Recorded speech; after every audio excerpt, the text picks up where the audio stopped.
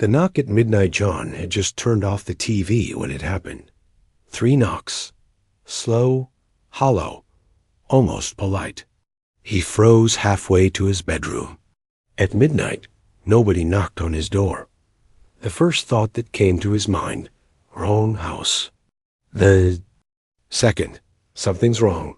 He walked to the door, each step making the sound of the knocks echo louder in his head. Through the peephole, he saw nothing, just the dim glow of the street lamp and the quiet street outside. Then, a shadow moved. He opened the door a crack, ready to tell whoever it was that they had the wrong address. But the words never came. Standing. It was Vera, his coworker from the research station. She was wearing a long coat over her work clothes, but no shoes. Her black hair was messy, her silver eyes wide like she had been running. She looked nothing like the calm, sharp alien scientist he knew from work. Vera? What? I can't. Sleep alone tonight, she said quickly, her voice shaking. Her accent was always strange, but now the words came out almost broken. John blinked. What? Did something happen? Please, she said, glancing over her shoulder. Let me in. I will explain inside. Something in her toned desperation maybe made him step aside. She rushed in without waiting for him to say yes. The moment she crossed the threshold, she pulled the door shut like she was trying to keep. Something outdawed in the kitchen. John poured her a glass of water. Vera didn't sit down right away. She moved around the room like a cornered animal, never letting her back face the window. You're shaking, John said carefully. Do you want to tell me what's going on? She took the glass, sir. Long fingers trembling. Your house, is it sealed? John frowned. Sealed? Against what? Night whispers, she said. For a second, John thought he misheard. Night? What? Her eyes darted to the dark glass of the window. Do you have wards? Sensors? Anything that keeps them away? No. This is a normal human house. We don't do that. He tried to laugh, but it came out thin.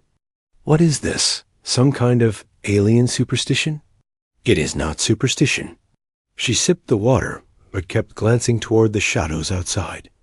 One followed me tonight, from the spaceport. John's skin prickled. One what? Her voice dropped to a whisper. Not human, not from my world. Something old. The room felt smaller now. The hum of the refrigerator suddenly seemed too loud. John tried to stay logical. Maybe someone followed her home. Maybe it was just a thief or drunk stranger. But deep inside, something told him this was not ordinary fear. What makes you think? It followed you? He asked. Vera set the empty glass down. Because I saw its shadow moving with mine. But there was no one there. And the air felt wrong, heavy, cold, like something watching from a place you cannot see. You're sure it's not she? She raised her hand suddenly. Eyes fixed on the window. John turned. For a moment, he saw nothing. Then something long and thin moved across the street. Its shape didn't match a person's walk. The streetlight above it flickered once, then again, and then the figure was gone. John's stomach dropped. You saw it, Vera said quietly. It wasn't a question. What the hell was that? The reason I am here. She stepped closer, lowering her voice even more. Last week, at the research station, I was decoding a signal we picked up. It came from far beyond our system. It was in a dead language. I thought it was a distress call. And? John asked, not sure he wanted the answer. It was not a call for help. It was a warning. About something they called the Watcher. It said, do not see it. Do not speak to it. Do not let it follow you home. John's mouth went dry. And you think that's what's outside? Her silver eyes locked on his. I do not think, John. I know. For a long moment, neither of them spoke. The only sound was the ticking of the kitchen clock. Finally, John said, "Okay, let's say I believe you. What do we do now?" Vera looked toward the window again. "We keep the lights on. We stay away from the glass. And we do not open the door no matter what voice we hear." John laughed nervously. "Voices? What? It talks too?" Her lips pressed into a thin line. "Not talks. Whispers. They start soft. You think it is your own thought. Then it asks you to come outside." The way she said it made his skin crawl. Another knock came. This time it was not polite. It was slow, heavy, and it came from the back door. John stared at Vera. She stared back, her face pale. "That," she whispered, "is not a neighbor." The sound came again. 3 knocks. Then a faint voice.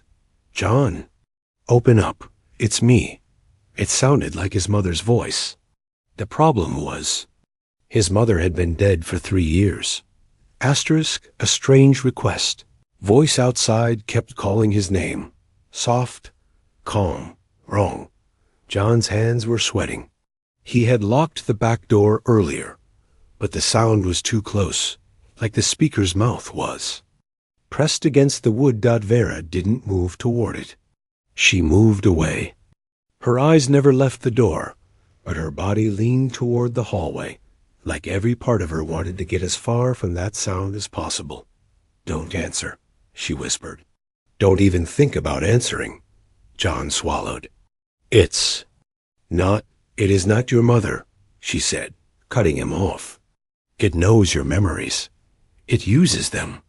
The voice outside grew quieter, almost like it had stepped back. "John, just a second. Just talk to me." The hair on his neck stood straight. He didn't know how, but Vera was right. That wasn't his mother. And whatever it was, it knew too much. Vera suddenly looked up toward the ceiling. "Your lights, are they on a grid? A shared circuit?" "What? I don't." "Turn them off. All except one room." He blinked. "Why?" "I thought we were keeping the lights on." "If we keep them all on, it will see all of you at once. We give it only one place to look, one trap. That is how we survive the night." Her voice was calm, but her hands shook when she unplugged the kitchen lamp. John followed her into the living room, where she left the light on. Every other room went dark, shadows swallowing the walls. The house felt smaller, tighter, as if the darkness had weight. He watched her pull a small silver disc from her coat pocket. It had strange grooves and faint blue symbols that moved like liquid. "What's that?" John asked. "A ward," she said. "A signal jammer for things that don't live here? Alien tech?" Her mouth twitched, half a smile, half fear. "Old tech, older than my people. We do not make things like this anymore." She set it on the floor in the center of the lit room. The symbols glowed brighter, casting faint light on her face. "Sit," she said. John sat. His heart was still, thudding from the knocks. But there was something about the blue light. It made the air feel warmer. Vera sat opposite him, folding her long fingers. "It will come closer now. When it does, we do not move. Do not speak. Do not answer any voice, not even if it sounds like me." He wanted to ask how this watcher could even get inside. Then he remembered the sound from the walls earlier. It didn't need doors. Outside, something scraped along the side of the house. Slow, careful, like claws dragging across wood. John's stomach turned, cold. Vera's eyes stayed locked on the door. "It is testing the house, looking for the weakest point." "Like a burglar?" "No, like a hunter who has already chosen which prey to take." The scraping stopped. Silence filled the house. And Nash tap on the living room window. John's head turned before he could stop himself. A shape was there. Not quite human. Tall and too thin, its head bent sideways to look in. The skin was pale, almost glowing under the streetlight. But its eyes, God, the eyes were deep black holes. Vera didn't look. She stared straight at John. If you look at its eyes too long, you will never look away again. John tore his gaze away, chest heaving. The tapping turned into a slow, rhythmic knock on the glass. And then the voice came again. John, help me. I'm hurt. It wasn't his mother this time. It was Vera's voice. His head snapped toward her. She was still sitting in front of him, lips pressed tight, not speaking. The knock grew louder. The fake Vera outside started laughing. The silver disc on the floor pulsed brighter. Vera leaned closer. It is trying to get inside your head. If you answer, it will be in your mind before it is in your house. How long do we have to wait like this? Her eyes flicked toward the dark hallway. Until sunrise, or until it gets bored. But they do not get bored easily. The fake Vera's voice outside changed deeper, slower, every word like it was being dragged out of a well. June, you can't hide forever. Something slammed against the back door. Then again, harder. The frame shook, and a picture fell off the wall. John's breath came fast. It's going to break in. No, Vera said, standing up. It doesn't want to break in. Not yet. It wants you to open the door. That's the game. She stepped toward the hallway. I need to check something. John grabbed her arm. Wait, what if? Her voice went cold. If I'm not back in 1 minute, do not come looking for me. She walked into the darkness. The moment she was gone, the voice outside stopped. The silence felt worse than the knocking not then. From the dark hallway, her voice called softly. John, it's me. I need your help. Asterisk shadows in the street. The voice in the hallway sounded exactly like Vera. Same calm tone. Same strange accent. But John knew it couldn't be her, because the real Vera had taken the silver disc with her, and he could still see it glowing on the floor in front of him. He didn't answer. He didn't even breathe. Asterisk, the fake voice tried again. John, something's wrong. Come here. The words stretched too long, like they didn't fit in a human mouth. Then soft footsteps, slow, coming closer. John's hand slid under the couch cushion, searching for anything heavy. His fingers closed on a flashlight. Not a great weapon, but at least he could hit something with it. The steps stopped. Silence. From the corner of the room where the dark hallway began, something leaned into the light dot. It looked like Vera's head, same hair, same face, but the neck was far too long, bending unnaturally, like a bird craning to see prey. The mouth stretched into a smile that was too wide. Then it whispered, Found you. John's heart punched his ribs. The silver disc pulsed brighter, and the figure snapped back into the dark hallway gone. Before he could catch his breath, the scraping started again, this time outside the living room window. John forced himself to look, just for a second. The street was empty except for the shadows. They weren't normal shadows. They moved against the wind, sliding along the pavement like spilled ink. One shadow peeled away from the others and began creeping toward his front gate. The front door clicked, not fully unlocked, just tested. John's breath came faster. Vera, he whispered, though he didn't know if she could hear. Where the hell are you? A voice answered, but it wasn't hers. It came from the street, low and cold. She's not coming back. Suddenly, movement to his left, a real figure this time, running across the street. It was Vera. She sprinted to his door and banged hard. John, open! He froze. What if it was another trick? John, it's me, she yelled again. Don't open the door lest you see my eyes. He peeked through the peephole. Silver eyes, sharp, focused. It was her. He unlocked the door, pulled her in, and slammed it shut. Her coat was wet, as if she had been caught in a sudden rain. But when John looked outside, there was no rain. The street was dry. Vera saw him staring. "Not rain," she said quickly. "Don't ask." "What the hell just happened?" "Something was in the hallway, and it looked like you." She dropped a small black cube on the coffee table. It was slick, and faint steam rose from it. "That," she said, "was a skin copy. It tries to learn your trust patterns. Once it knows who you will open the door for, it wins. It takes you. You stop being you." Outside, a streetlight began to flicker. Vera stiffened. "It's still here." The flickering spread one light, then the next, like something moving under them. John followed her gaze and saw it. A tall shadow sliding along the street, its edges rippling like smoke, drifting closer with each blink of the lights. "It doesn't walk?" John asked, his voice tight. "It doesn't need to," Vera replied. "It moves between places where light touches."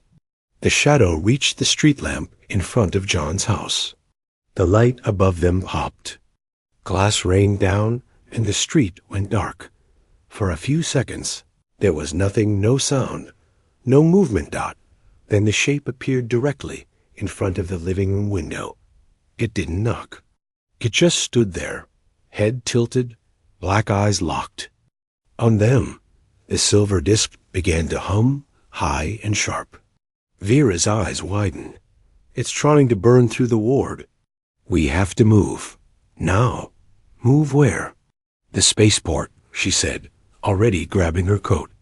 "There's an emergency beacon there. It's the only thing that can cut its hold." John looked out at the dark street again. "And how do we get there? With that out there?" Vera met his eyes. "We run, and we pray we don't step in." It's shadow. Asterisk secrets from work. The streets were almost empty. No wind, no traffic, no sound except for their shoes hitting the pavement. John stayed close to Vera, scanning every shadow they passed. The street lamps above flickered like dying candles, and each time the light dipped, his chest tightened. "Don't slow down," Vera said without looking at him. "I'm not. You are.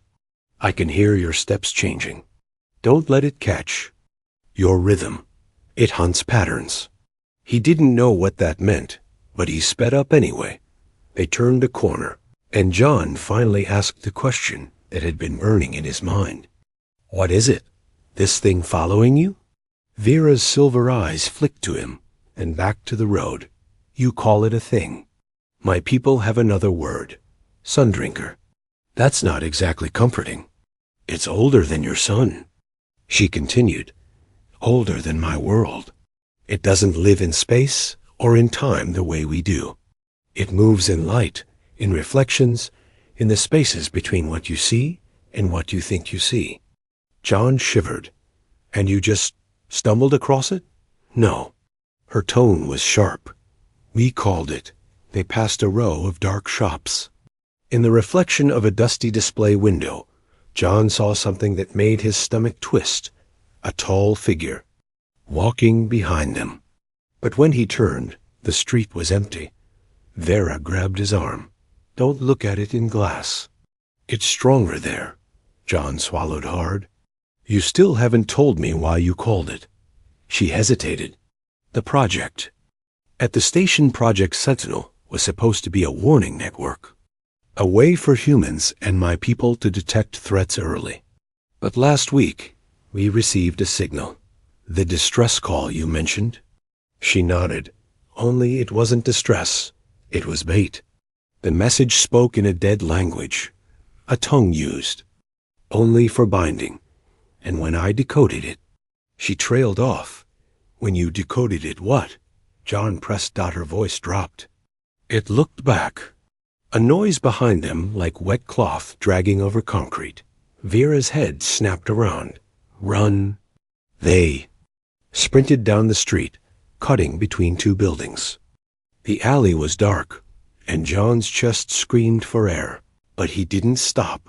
Something moved in the darkness ahead, just a shimmer, Like heat on asphalt. Vera yanked him sideways into another alley. It's folding the streets. It's making the way longer. John's heart pounded. You're saying it's changing the city? I'm saying the city isn't what you think it is anymore. They stopped under a working street lamp, both gasping for breath. Vera knelt, pulling another object from her coat. A thin, jagged shard of metal, almost like a knife, but with symbols carved deep into it. John eyed it. That's supposed to kill. It? She shook her head. You can't kill what doesn't live. This is to cut a path through its hold, a way out. The street lamp above them flickered. Once, twice. Then it went dark in the sudden blackness. John heard a voice low, smooth. And far too close, Vera.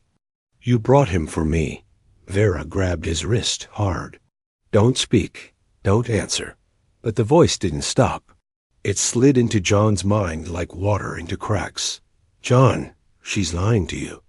She called me here. Not to protect you. To trade you. He clenched his teeth. It wasn't real. It wasn't real. The voice chuckled. She thinks I'll let her live. She's wrong. The light above them flickered back on. The street was empty.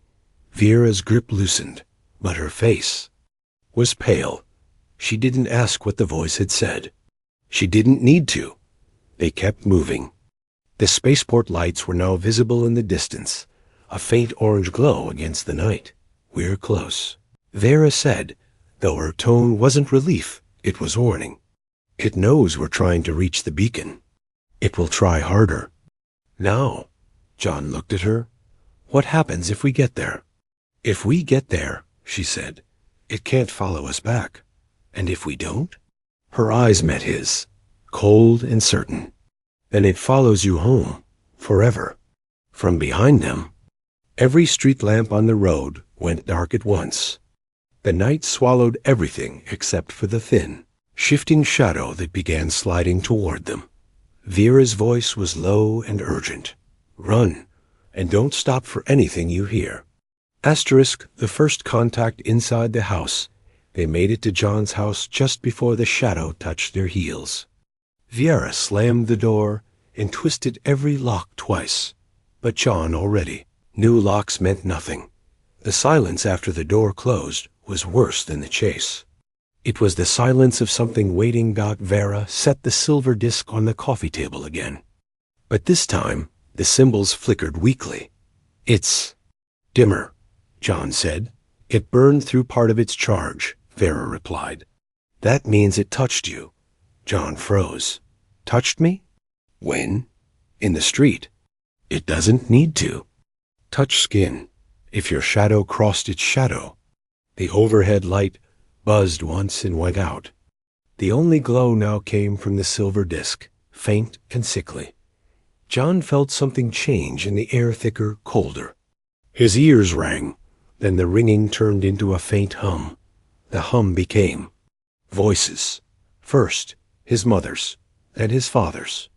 Then his own voice, whispering words he didn't remember saying. Just open the door. Just step outside. He shook his head, pressing his palms to his ears. It's in my head, he said. That's how it begins, Vera said. It starts with sound, then it moves to sight. John blinked, and the room changed. The walls looked older, the paint cracked and peeling. Dust floated in the air. The coffee table was gone. So was Vera. Vera? He called. No answer. From down the hallway, a door creaked open. A dim yellow light spilled into the darkness. His legs moved. Before his mind could stop them. Step by step, he walked toward the light. Inside the room, he saw a child sitting on the floor, facing the wall. It was him, 8 years old, wearing the same striped shirt from an old photo in his attic. The child turned its head, but the face was blank, smooth skin, no eyes, no mouth. It lifted a hand and pointed at the window. Outside, the watcher's black eyes stared in. A sharp pain in his arm yanked him back. Vera, gripping him hard. "John, don't look." The room was normal again. The table, the couch, the disc on the floor. John's breath came in ragged bursts. "What the hell was that?" Vera's voice was tight.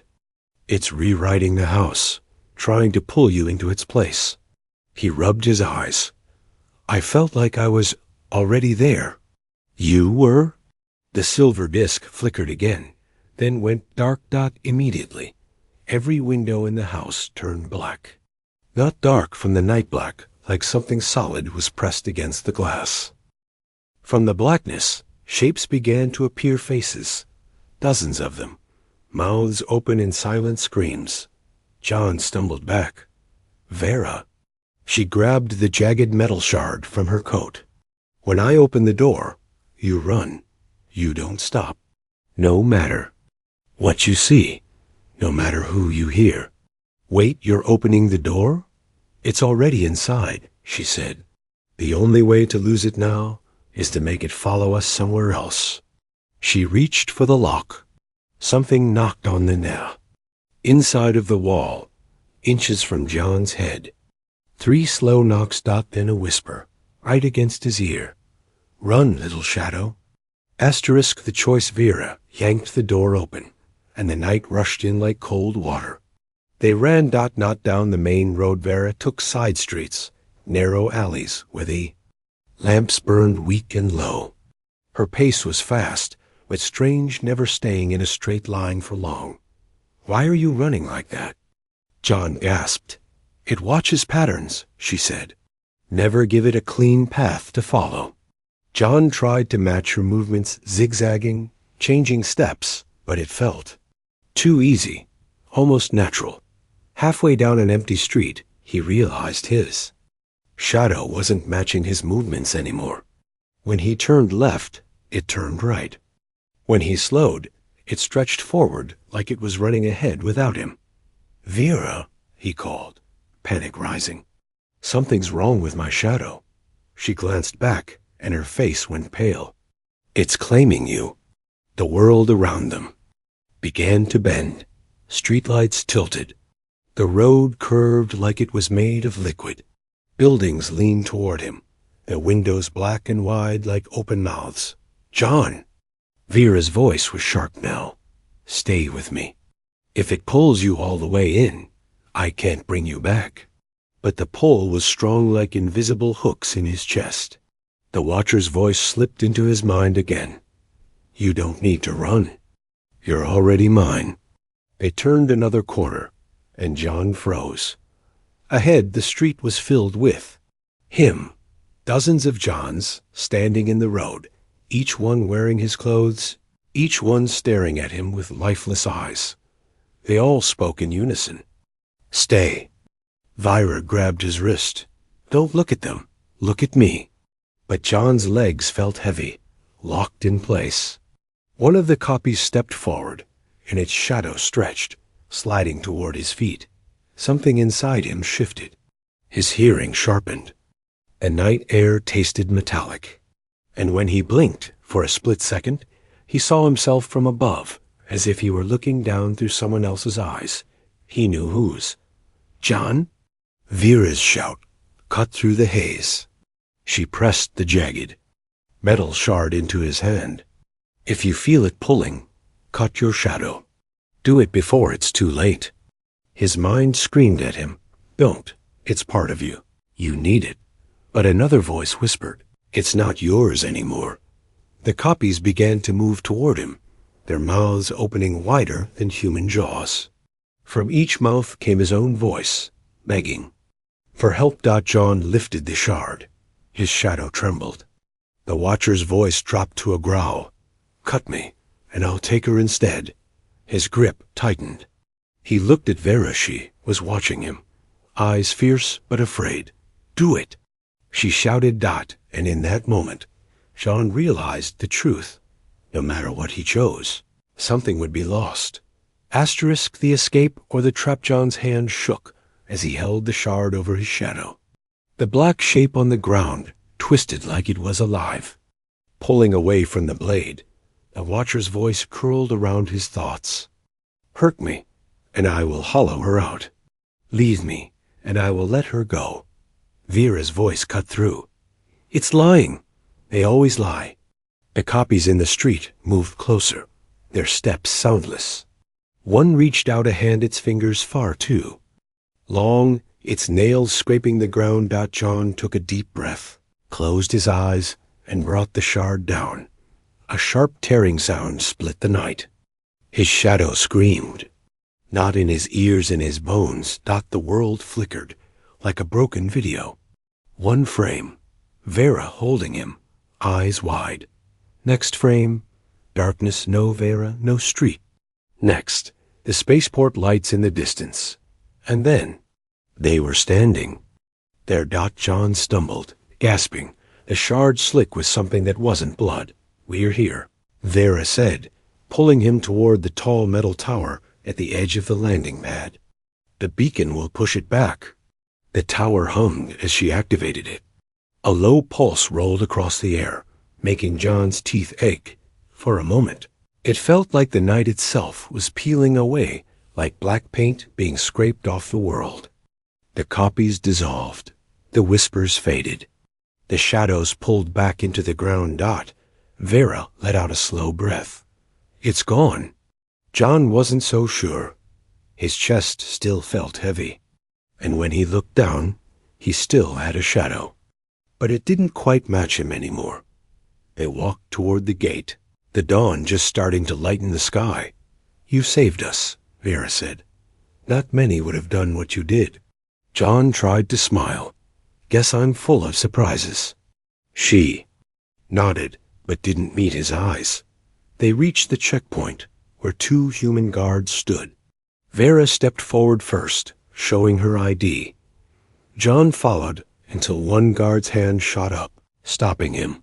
Sir, the guard said slowly, his gaze dropping to the ground. Where's your shadow? John froze. He looked down. The pavement under him was empty. His shadow was gone. From behind him, a voice spoke low, smooth, familiar. I told you, little shadow, you can't cut me out. Vera turned, her face pale, but before she could speak, John's vision went black. And in that darkness, he opened his eyes somewhere else. A room, dust, peeling paint, and a child in a striped shirt sitting in the corner, waiting.